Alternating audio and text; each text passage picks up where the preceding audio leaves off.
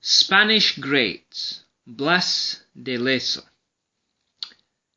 Blas de Lezo was born in Pasajes, Guipúzcoa, on February 3rd, 1687. His military career commenced in 1704 when he was still a teenager, and without weight, he was fighting a non-stop series of horrific battles. In these years, Spain found itself in a war between the Habsburgs and Bourbons, as they both fought for the crown after the death of King Charles II, the Succession War. This year, his leg had to be amputated at the knee after a cannon shot hit him in the Battle of Vélez, Malaga, the most important navy battle in the Succession War.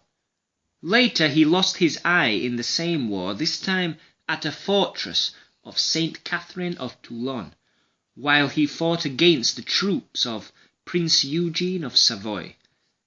In 1710, however, he won a lot of admirers and prestige as he commanded a Spanish frigate that captured a much larger British warship, an incredible accomplishment at the time.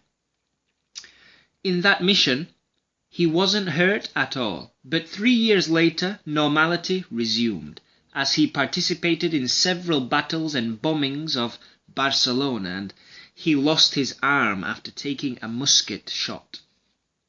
But this didn't stop him, and he continued until he destroyed the enemy fleet by lighting some of his own ships on fire and pushing them into the middle of the enemy formation, burning the enemy.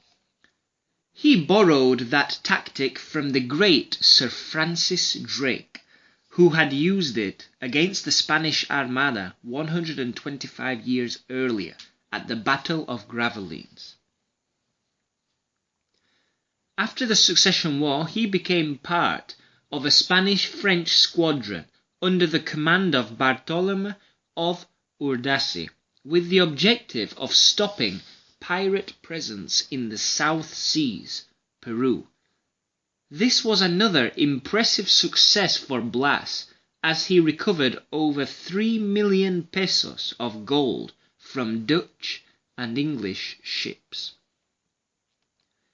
The biggest challenge of Blas de Lezo, now a 39-year-old veteran, was when he had to defend Cartagena of India from the British army, who were desperate to conquer the territory.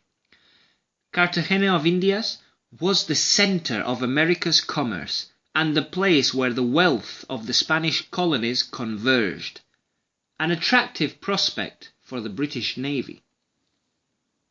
The pretext that was used by the English was the assault of a British ship. Preparations for war began, and the English army had a huge budget, helping Britain get together one of the most formidable fleets ever seen in history. The British had 195 ships, 3,000 cannons, and 25,000 soldiers. Lezo immediately started delaying the British attack. The British had 8 ships to every Spanish ship, so he tried to prolong the battle as long as possible, maintaining position with his 8 warships, striking and then falling back. Enough boats sank and created a barrier between the two armies, stopping the British attack. Once the sunken ships were moved out of the way, though, the Spanish ships were vulnerable and were captured and some sunk. Lezo's admiral flag was taken and sent back to London as a trophy, which brings us to perhaps the funniest anecdote about the story.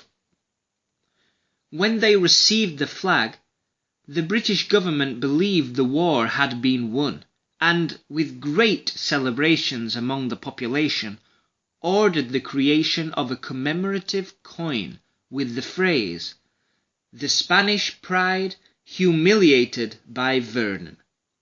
Furthermore, and even more embarrassing for the British government, On the coin itself, there was an engraving of Blas de Lezo kneeling before the triumphant English Admiral Vernon. The coin reflected the feeling of triumph among the British fleet and Vernon. The British went into Cartagena harbour. Victory was close. Vernon was determined to take the symbol of the Spanish resistance, the castle of San Felipe, where the resistance had just 600 Spanish soldiers. After well-executed delaying tactics, everything suddenly looked bad for the Spanish resistance. But Lezo and his men would not fall.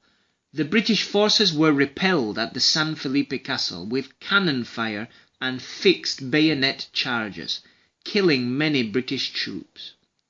The British troops were chased away, and another factor came into play: the rainy season. The rain came, and with it, mosquitoes and malaria. The British troops retreated to their ships, and in the poor living conditions, the British troops were decimated by yellow fever. 15 months after Vernon's first attack, he left Cartagena of India. In fact, according to legend, Vernon felt so much hatred towards the half-man that he shouted into the wind as his ship left, "God damn you, Lezo." His legacy today is mixed.